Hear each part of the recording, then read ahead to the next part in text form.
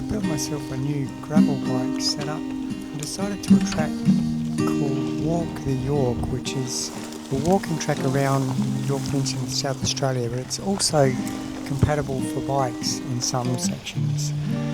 It's an interesting trail that sort of follows the coast, had lots of winds and all sorts of bits of rain here and there on the event. Also, there's been a significant and huge algal bloom in South Australia, so I decided to follow a bit of the backtrack and backstory to that. I did some interviews with people along the way who were walking along there. Saw some pretty good scenery, some great roads. So you can see a little bit of the south coast, and of course there was a bucket load of flies all out in season. So sit back and enjoy this ride and walk the Yorke with me with a touch of algae. Walk the Yorke is a track by Yorke Peninsula Council, and I contacted them and got these maps at the cost of $45 posted to me. Walk the Yorke follows the coastline of Yorke Peninsula. Here we are looking at a map of South Australia in the familiar boot-looking shape of Yorke Peninsula. Here we have Golf at St Vincent, here we have Spencer's Golf, and both were significantly affected by the algal bloom. The ride itself started just north of Adelaide, that's just north there, St Kilda. Sort of trying to find a way up the coast there and had to hit the highway at a few spots till we get to Port Wakefield, and that's where the Walk the Yorke itself officially starts. And it continues to track all around the coast. Sometimes there's a variation for bikes here and there. You go all the way around the bottom. That's a spectacular cliffy area. Still cliffy, and then you come back around and you go back up the other side of Spencer Golf, still on the coast until you end up finishing at Moonta. The algal blooms showed up in February this year for 2026, and there was sea foam and lots of pictures published on the internet of all sorts of large animals being affected by an algae called Karenia micomodii, which affects the gills.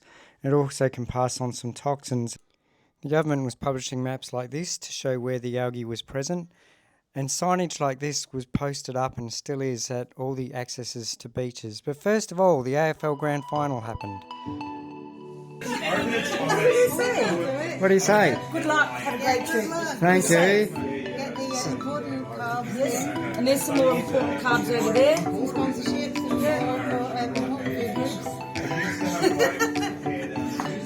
Cool. It's all about balance. I'm glad you guys know so much about nutrition. And there's I'm so lucky. most of there's orange juice, so I think that's quite nutritious. It's just orange juice. Yes, it is just orange juice.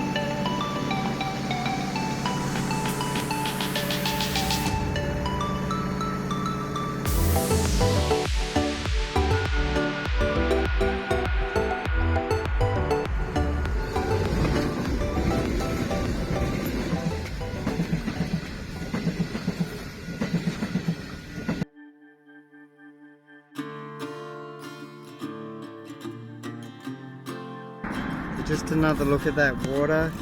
So SA is affected by a really devastating algal bloom, and that water, like, it is a port area and waters aren't great sometimes, but it looks really greenish.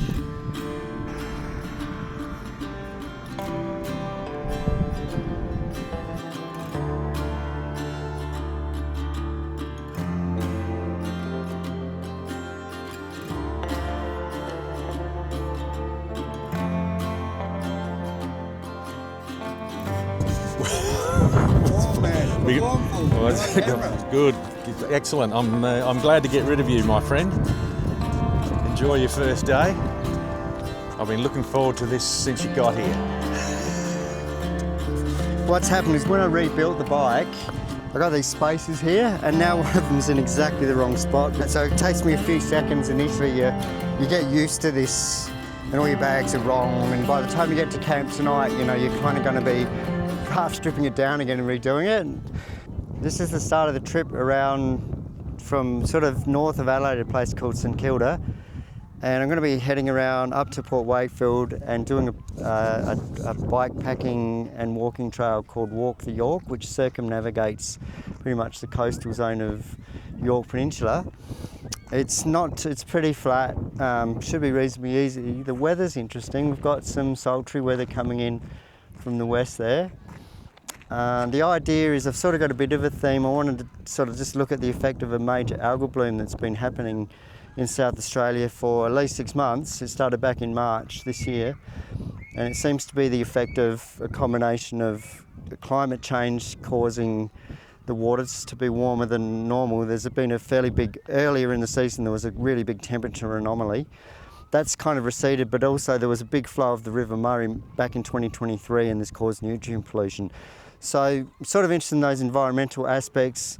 I'm hoping to ask a few people about it on the trip, like people that are allied industries, like fish and chip shops, tackle shops, boat shops, anyone that's interested in talking about it, because it actually is Australia's not very aware of this really, and unfortunately it didn't get national disaster funding, but the impact upon this state has been enormous, and the forecast is at the moment, although it's a bit clearer now, for it actually to reoccur over time if it stays this way, but modelling's not always right.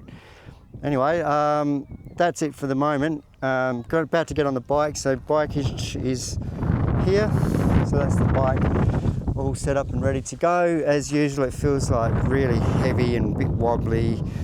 First day's always like that, and it's probably got a kilo more than I'm used to. It's not quite right as usual. And then looking out to sea. So yesterday, a couple of days ago, we were filming down at Port Adelaide. Well, Port Adelaide's kind of over. That's the power station there, and this is called Outer Harbour, and Port Adelaide's kind of over that way. So now we've kind of reached more of the Gulf of St Vincent, and looking out to sea, and it becomes more of this kind of mango area which will follow the coast now for like from here maybe 60 kilometres. And it's going to be really interesting to see whether we can actually get there, because at the moment the mapping doesn't really lead you along a coastal route, so I'm going to kind of try and trailblaze a bit of the route to interest people that are in maybe putting in a new route. Okay, here we go, riding along. This is the start of the journey. Just taking the road, the first turn off the one of the main drags. You can see what that actual place is there. Are interested. Back into a bit of dirt, but it's really nice grade.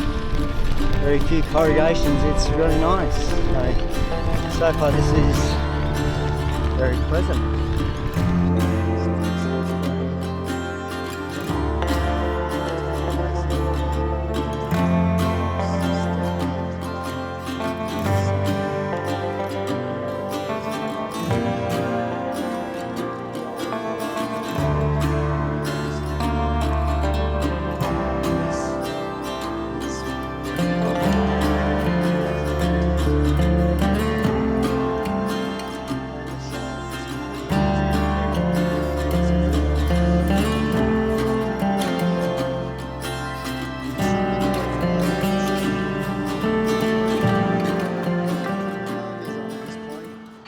So this is why I had to come onto the highway.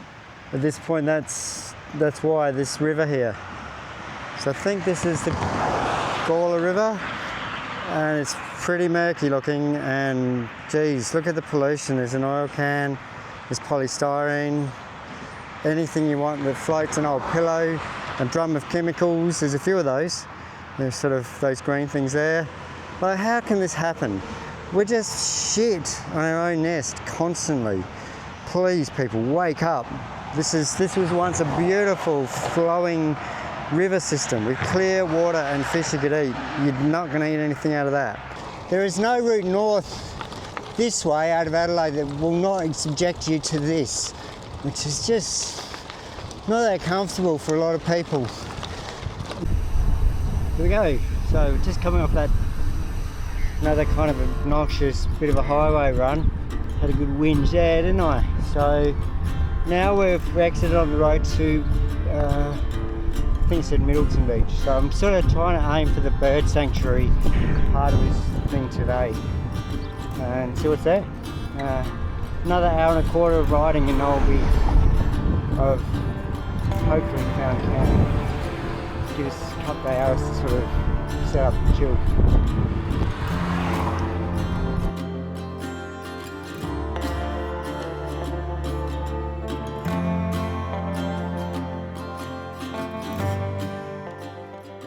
I'm just talking to Arthur, and we're out, I don't know, where are we exactly?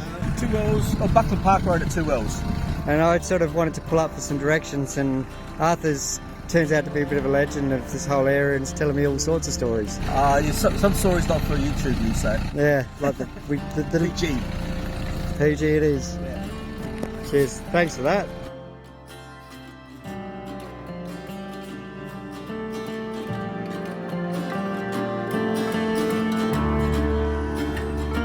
Well, this is Middle Beach, and there's a bit of a sort of a shack community. There seems to be, you know, a little community of interesting people here already.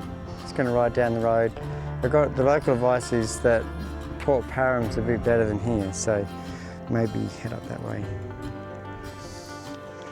I'm just coming up to, so I just had a chat to Jason down at the sort of one of the beach shacks. He's been doing it up, very cool dude, and he offered me I can stay with him, sort of camp out his backyard or something if I feel like it. So I'm gonna have a look around here and see what the go is. So the algae thing has already been depicted thus, and then here we have like a little boat ramp, and you can see it's kind of a mangrovey style area. It's going to just bump a little bit down there, just bump our way down, and there's sort of a mangrove area. Apparently this place is pumping once the